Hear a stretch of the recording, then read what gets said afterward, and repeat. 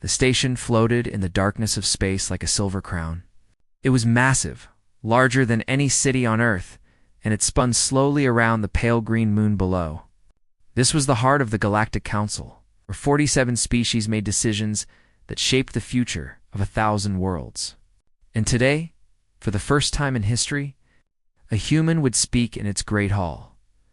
Una Park stood at the window of her small transport ship and watched the station grow larger. She was 43 years old, with short black hair and calm eyes that had seen both war and peace.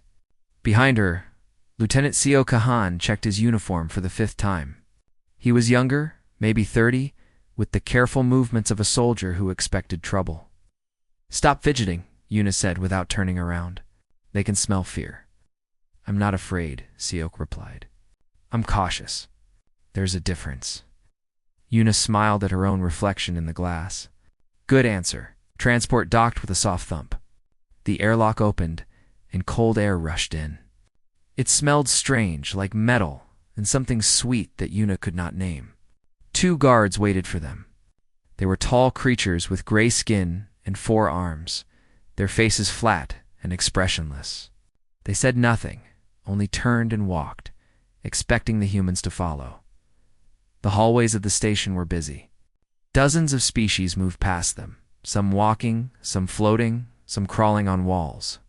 Many stopped to stare at the humans. Una kept her head high and her pace steady. She had prepared for this moment her entire life. Humanity had reached the stars only 60 years ago. They were the youngest species in the galaxy, and everyone knew it. The Great Hall was a circle of rising seats like an arena.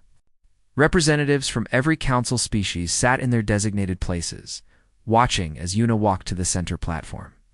Above her, a dome of glass showed the stars themselves, cold and distant.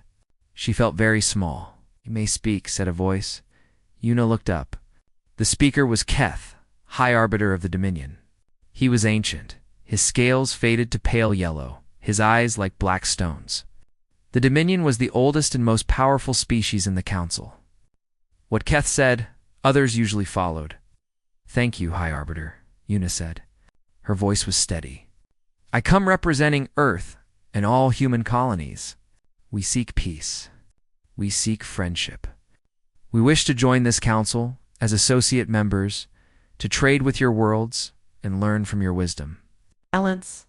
Then whispers, spreading through the hall like wind through grass. Cap leaned forward. "Humans have been in space for 60 years. In that time, you have claimed 47 systems. You build warships when you should build temples. You expand when you should reflect. Why should we trust you?" Una had expected this question. "Because we know what we are," she said. "We are young. We are eager. Sometimes we are foolish. But we do not wish to be your enemies. We wish to be your partners. We bring technology, art, medicine. We bring open hands, not closed fists." More whispers.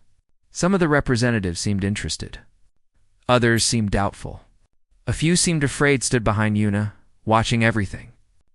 He noticed that Keth was not whispering with the others. He was simply staring at Una with those black eyes, and there was something in that stare that Esiok did not like. It was not curiosity. It was not even hatred. It was something colder. It was the look of someone who had already made a decision. The session ended without a vote. The council would discuss humanity's petition and give an answer in 3 days. Una and COX were given quarters in the station, comfortable rooms with windows that looked out at the stars. Guards stood outside their door at all times. "They're not protecting us," Seok said that night. "They're watching us." Una sat on her bed, reading through diplomatic files on her tablet. "I know. Something is wrong. Keth looked at you like you were already dead." "I know that too." Una set down her tablet. "But we have to try, Seok. We have to show them we're not monsters. If we fail here, it means war. Not today, not tomorrow, but someday. And that war will destroy everything." 2 days passed. Una met with representatives from friendly species. The Velen, small creatures with bright blue fur, seemed genuinely interested in trade. The Neth, beings of living light, spoke of cultural exchange. But others avoided her. And always, she felt Keth watching from somewhere, waiting. On the third day, guards came to her quarters before dawn. There were many of them, and they carried weapons. Ambassador Park said their leader, a Dominion officer with fresh scales and eager eyes, "You are under arrest for espionage against the Galactic Council." Una stood slowly. "That is a lie. High Arbiter Keth has presented evidence of human warships gathering near our borders. You are a spy sent to distract us while your people prepare for invasion." "There are no warships. We came in peace." The officer smiled. It was not a kind smile. "You will come with us for questioning." Siok stepped forward, his hand moving toward his sidearm. For guards aimed their weapons at him instantly. "Sio, don't," Una said quietly. "I won't let them take you." "You will. That's an order." The officer laughed. The High Arbiter was right. Humans are aggressive, even when they've already lost. He gestured to his guards. "Take her." What happened next was chaos. Siok moved fast and desperate, trying to reach Una. A guard struck him across the face. He fell, blood streaming from his nose, but he got up again. Another guard hit him in the stomach. He doubled over, but still tried to stand. "Stop," Una shouted. "I'll go with you. Just don't hurt him." The officer considered this, then nodded. The guards pulled Siok to the corner and held him there, forcing him to watch. They brought Una to a cold room with no windows. Keth was there, waiting. He stood with his forearms folded, his ancient face showing nothing. "You should have stayed on your little planet," he said. "Now your people will learn what happens to those who threaten the council. We threaten no one. Doesn't matter what you did." "It matters what I say you did," gave a signal. A guard raised a weapon. Una closed her eyes. She thought of her daughter Sua, back on Earth. She thought of the ocean and the smell of rain. Then she reached deep into her mind and activated the neural implant hidden in her skull. It sent one final message, burning across the light years to home. "Protocol 7. They've killed me. God forgive us all." The weapon fired. Una Park, ambassador of Earth, died standing in his cell. Siok Han screamed. But no one heard him. And far across the galaxy, something terrible began to wake. The message arrived at 3:47 in the morning, Earth time.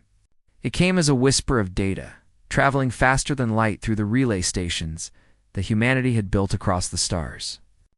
It reached the United Terran Command Center in Busan, a city of glass towers and quiet streets on the Korean coast. And there, in a room filled with screens and silence, everything changed. Fleet Admiral Tae Woo-jin was asleep when they woke him. He was 61 years old.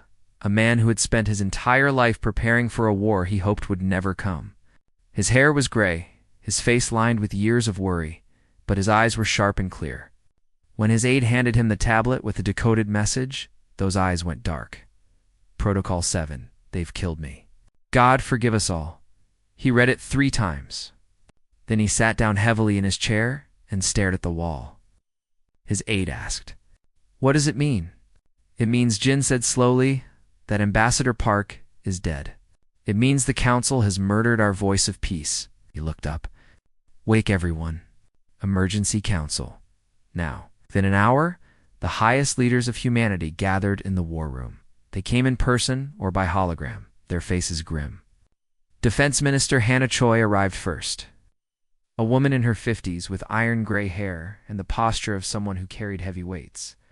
Behind her came generals, admirals, and politicians. And in the corner of the room, a soft blue light appeared.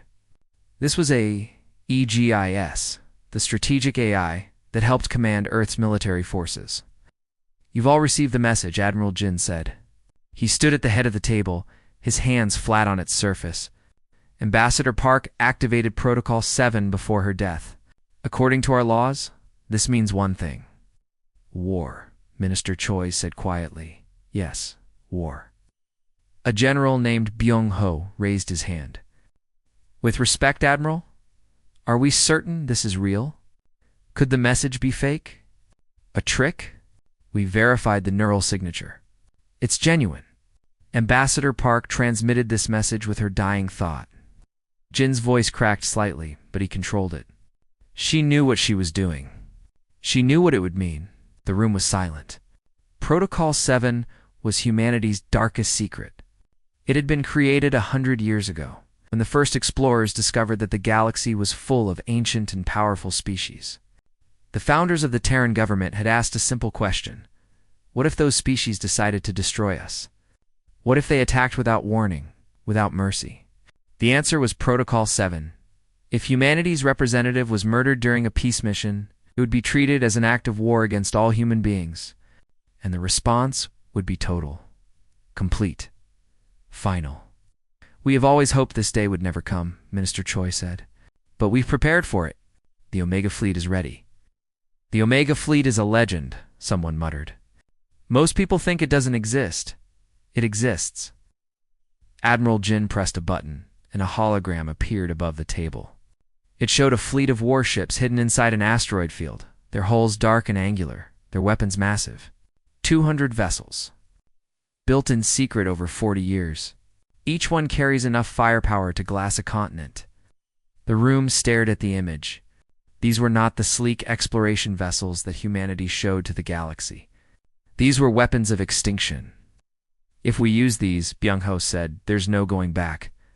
The galaxy will never forgive us. The galaxy murdered our ambassador, Admiral Jin replied. They showed us exactly how much our peace means to them. Nothing. We are insects to them, General. Animals to be swatted when we become annoying. He leaned forward. I am tired of being an insect. The vote was taken. It was unanimous. At the same time, on the Galactic Council station, there was celebration. High Arbiter Keth announced to the Great Hall that the human threat had been neutralized. The spy had been executed, he said. Her plans for invasion had been stopped. The galaxy was safe. Some representatives cheered. Others sat in uncomfortable silence. The Velen ambassador looked sick. The Neth flickered with colors of distress, but none of them spoke against Keth. None of them dared. In a cell on the station, Seoke Han sat with his back against the wall. His face was swollen, his ribs cracked from the beating, but he was alive. They had not killed him, perhaps because they thought he might be useful later, perhaps because they simply forgot about him. He stared at the ceiling and thought about Yuna's last words. Protocol 7. He knew what it meant. Every soldier did. And for the first time in days, something like hope stirred in his chest. Not hope for himself, hope for revenge. Back on Earth, the Omega Fleet began to move. Ships that had been sleeping for decades came alive, their engines burning with blue fire. Crews who had trained in secret for years finally understood their purpose. Captain Do Young Kong stood on the bridge of the Silent Fury, the largest dreadnought in the fleet, and watched his vessel rise from its hiding place. He was 38 years old, a quiet man with steady hands and sad eyes. He had joined the Navy hoping to explore the stars, to discover new worlds and meet new species. Instead, he had been chosen for this, the darkest duty a human could perform. All systems ready, Captain, his first officer reported. Godoyan looked at the stars through his viewport. Somewhere out there, an old alien had ordered the death of a woman who wanted only peace. Somewhere out there, Galaxy thought humanity was weak. They were about to learn otherwise. The fleet gathered at the edge of human space, 200 ships forming a wall of metal and fury. Admiral Jin sent a message to every vessel, his voice calm and cold. What we do now, we do for Ambassador Park. We do for every human who has been mocked or dismissed by the powers of this galaxy. We do not seek conquest. We do not seek empire. We seek justice, and we will have it no matter the cost. The ships entered hyperspace, vanishing one by one into the light between stars. Behind them, Earth waited in silence. In the city of Seoul, a little girl named Sua woke up crying. She was 7 years old, and she had dreamed of her mother. In the dream, her mother was smiling, waving goodbye, walking into a great hall made of light. Sua tried to follow, but the doors closed before she could reach them. Her grandmother held her and whispered soft words. But the old woman's eyes were wet, her voice trembled. somewhere in the dark between stars. 200 warships flew toward revenge, and the galaxy, ancient and proud, had no idea what was coming.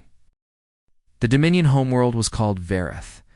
It was an ancient planet, covered in cities of white stone and silver towers.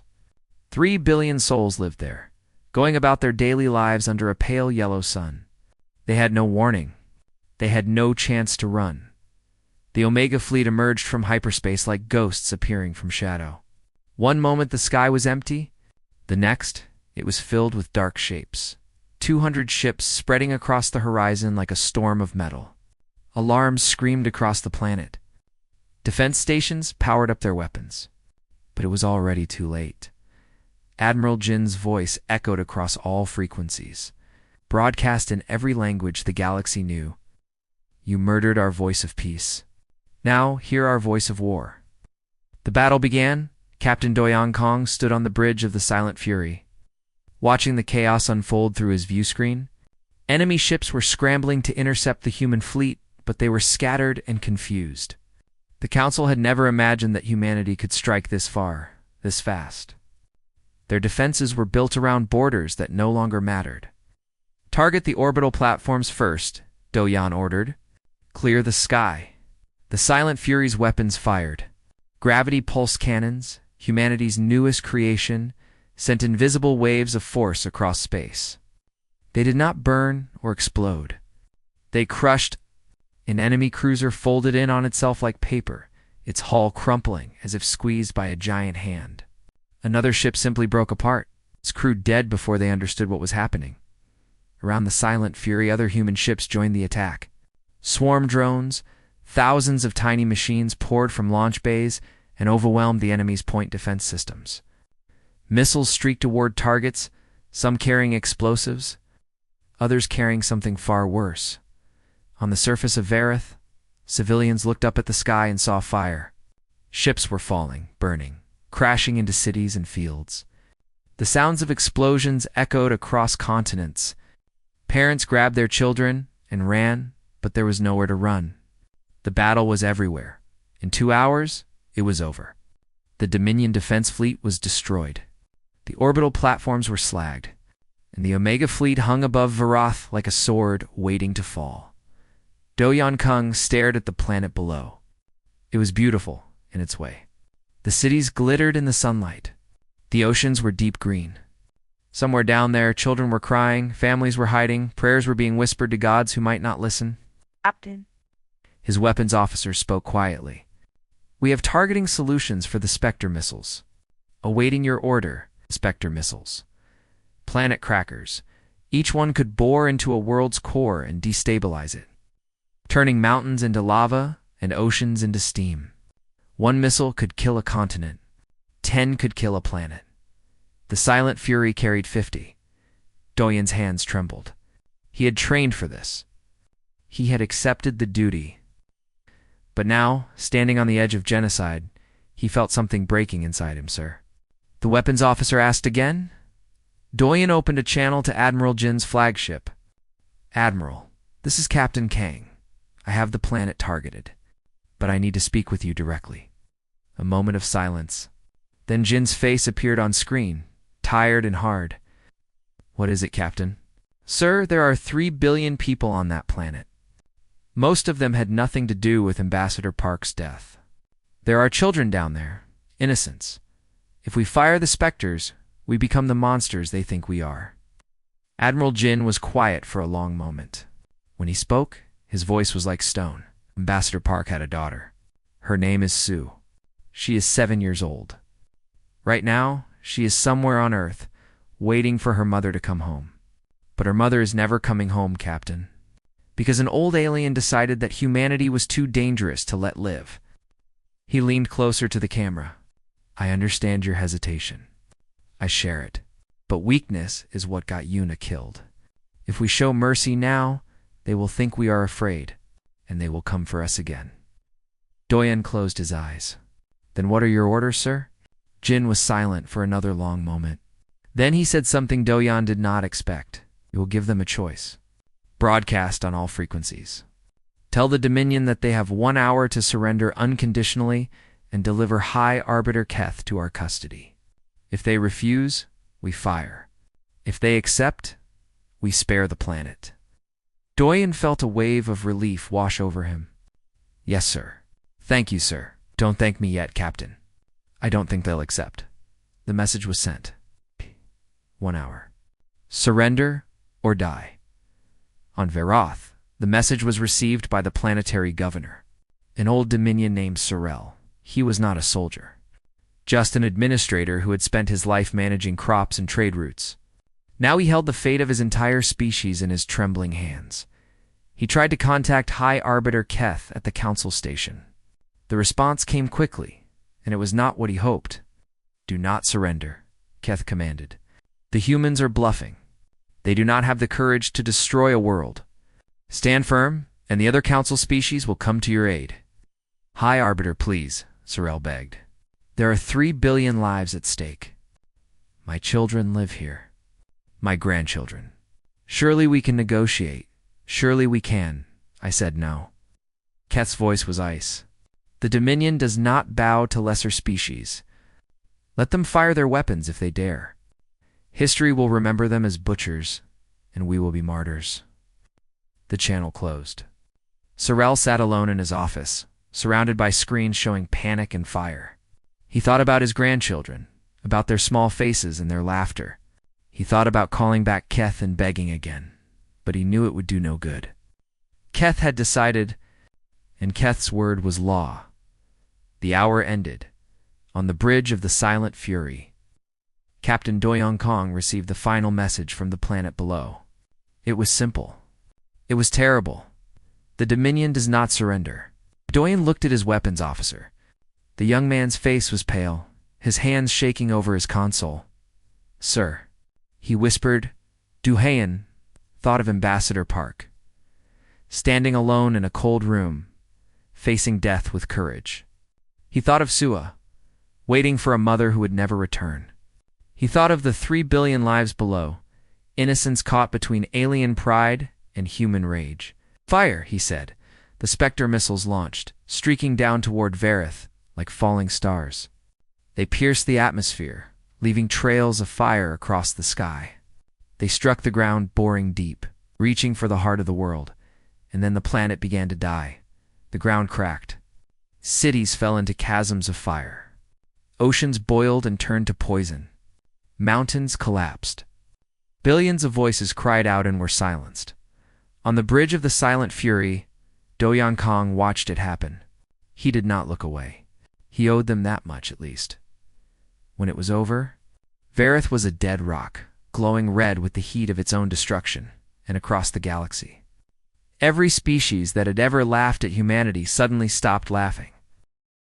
The news of Verith spread across the galaxy like wildfire. 3 billion dead.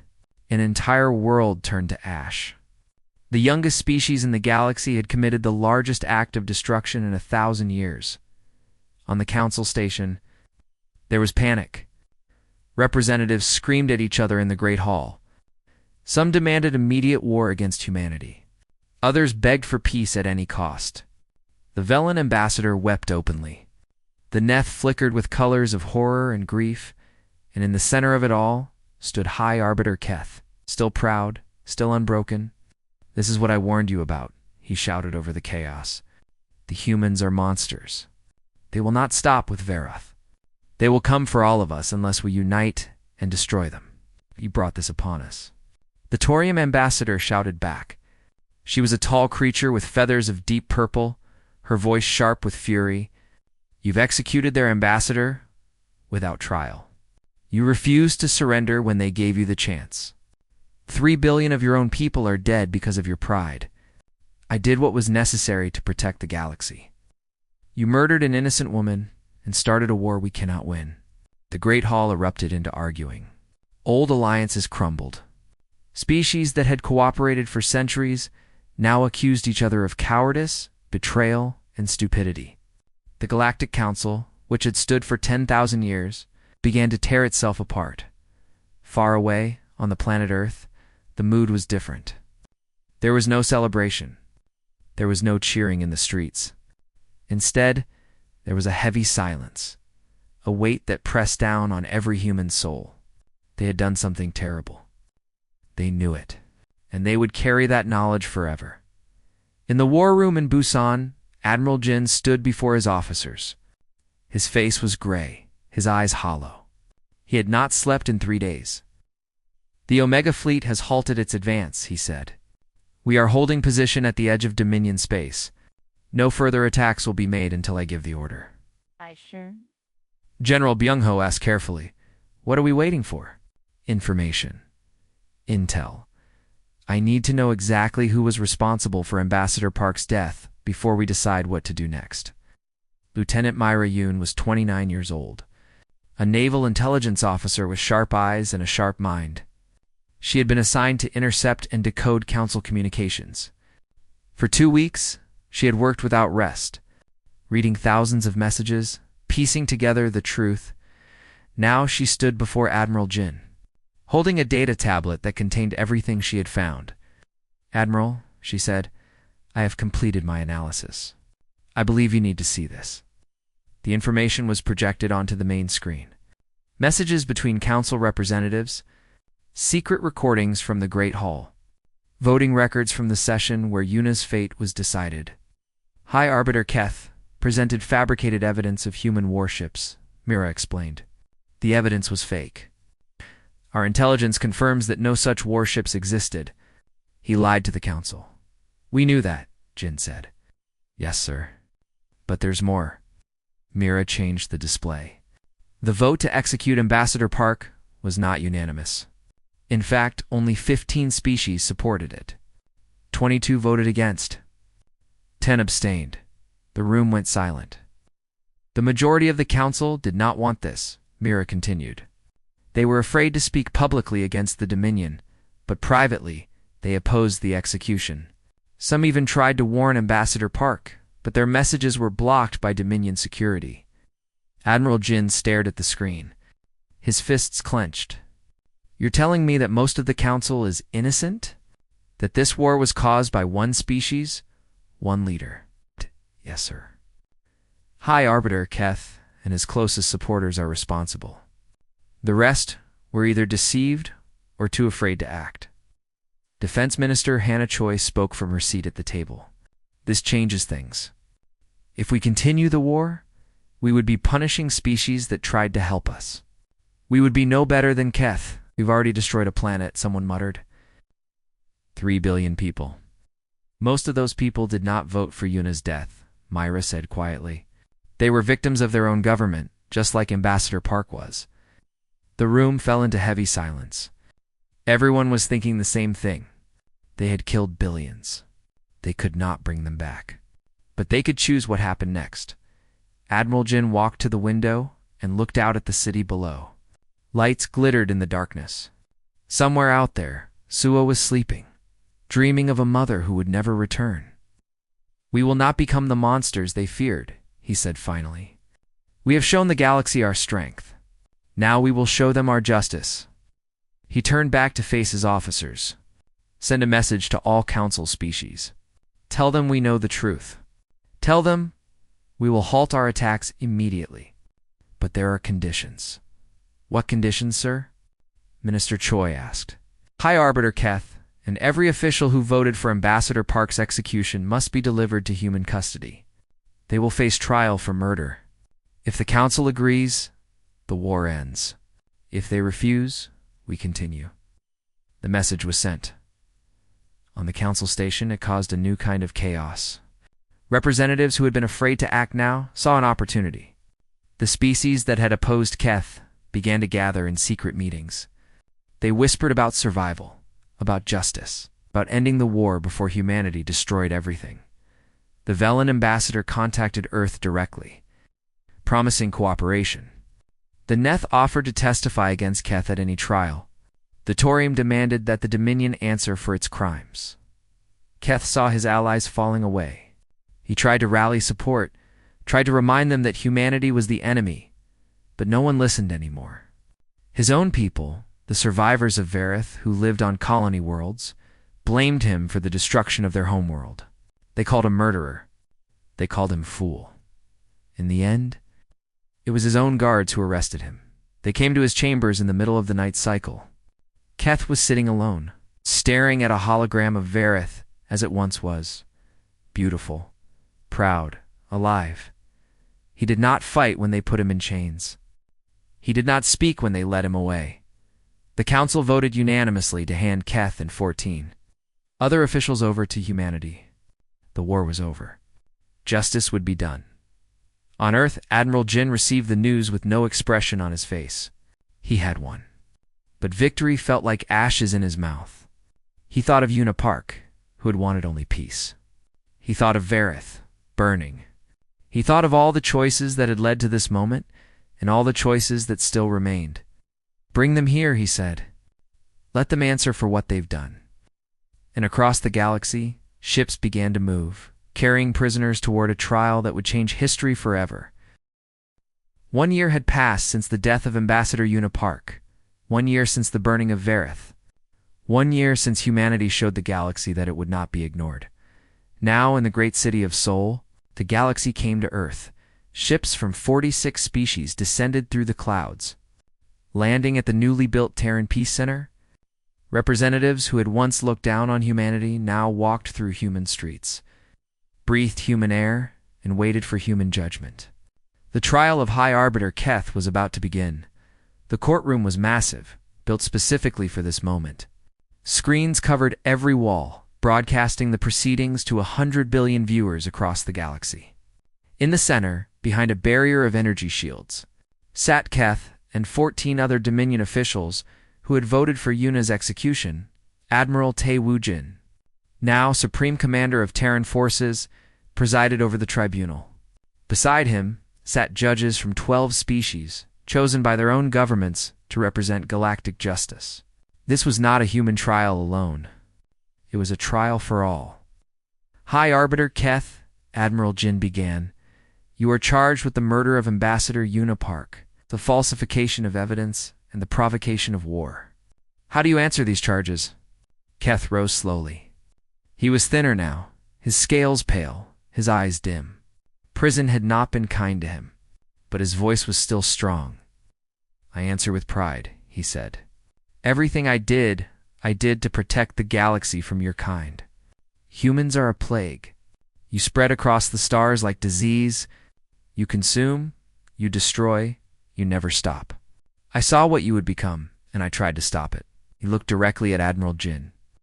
I would kill your ambassador again if I could. 1,000 times, 1,000,000 times. Anything to save the galaxy from humanity. The courtroom was silent. Then, slowly, the Velen judge spoke. You say you wanted to protect the galaxy, but you destroyed Varoth. 3 billion of your own people died because of your choices. They died because humans killed them. They died because you refused to surrender. You put your pride above their lives. Keth had no answer to that. He simply stood there, old and broken and unrepentant. The trial lasted 3 weeks. Evidence was presented. Testimonies were heard. Survivors of Vareth spoke of their terror, their loss, their rage. Former council members admitted that they had been too afraid to oppose Keth's CEO Kahan, who had recovered from his injuries, told the story of Yuna's last moments, her courage, her faith in peace, and in the end, the verdict was unanimous, guilty. All 15 defendants. Guilty of murder and crimes against peace. The sentence was death. On the day of execution, the skies above Seoul were gray. Rain fell softly, as if the heavens themselves were weeping. The condemned were led to a simple platform in the center of the Peace Center. No ceremony, no speeches, just justice. Keth walked with his head high, refusing help from the guards. He looked at the crowd, at the humans and aliens who had come to watch him die. Then he looked at the sky, at the rain falling on his face. History will judge you, he said to no one in particular. You think you have one? But you have only begun your journey. The galaxy will never forget what you are capable of. Admiral Jin stood nearby, watching. He felt no satisfaction, no triumph, only weariness. History will judge us all, he said quietly. The executions were quick and painless. When it was over, the bodies were cremated, their ashes scattered to the wind. High Arbiter Keth, who had ruled the Dominion for 3 centuries, was gone that evening. Admiral Jin held a private meeting with Captain Doyon Kong. The captain had requested permission to resign his commission. He could not sleep anymore. Every time he closed his eyes, he saw Vareth burning. "I can't do this anymore, sir," Doyon said. "I gave the order that killed 3 billion people. I don't deserve to wear this uniform." Jin studied him for a long moment. "Do you think I sleep well, Captain? Do you think any of us do?" He shook his head. "The weight you carry is real. It will never go away. But running from it won't help. What will help? Building something better. The galaxy needs to see that humans can destroy worlds and also build peace. I'm forming a new fleet, Captain. Joint human-alien patrols. Ships crewed by species that were once our enemies. I want you to command it." Doyon stared at him. "Why me?" "Because you hesitated. Because you questioned the order. Because you felt the weight of what we did." Jin leaned forward. "I don't need officers who follow orders blindly. I need officers who understand the cost. You understand it better than anyone." After a long silence, Doyon nodded. "I'll do it. But I won't forget." "Good. Never forget." 1 month later, the Galactic Assembly held its first session.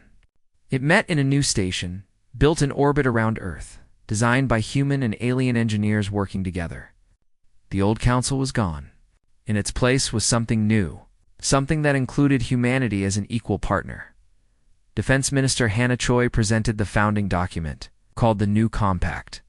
It guaranteed the rights of all species, established rules for peaceful expansion, and created a system of justice that could never again be controlled by one leader or one species. Humanity held a permanent seat with veto power, not because they demanded it, but because the other species insisted.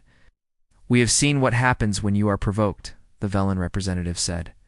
"We would rather have you as partners than enemies."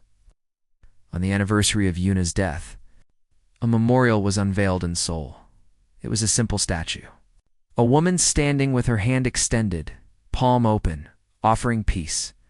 At its base, her name was carved in every language of the galaxy: Yuna Park, Ambassador, Mother, Peacemaker. On that day, a little girl named Sua came to the memorial. She was 8 years old now, taller, quieter. She carried flowers in her hands, white lilies that her mother had loved. Seo Kahan walked beside her. He had been given the duty of watching over Yuna's daughter, a task he accepted without hesitation. He owed Yuna that much. Su-Ah placed the flowers at the base of the statue. She looked up at her mother's face, frozen in stone, forever reaching out to the stars. "Uncle Seok," she said quietly, "do you think she would be proud of us?" Seok knelt beside her. He thought about everything that had happened. The war, the destruction, the justice. The peace that was slowly being built.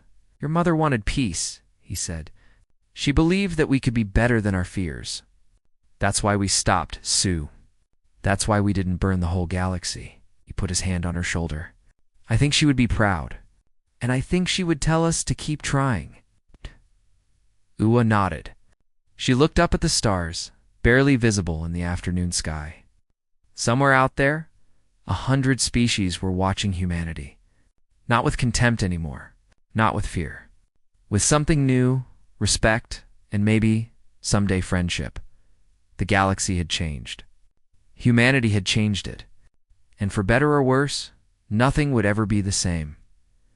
Sua smiled just a little. Then she took Siak's hand, and together they walked away from the memorial, toward whatever future was waiting for them. Above them, the stars kept shining. They always did.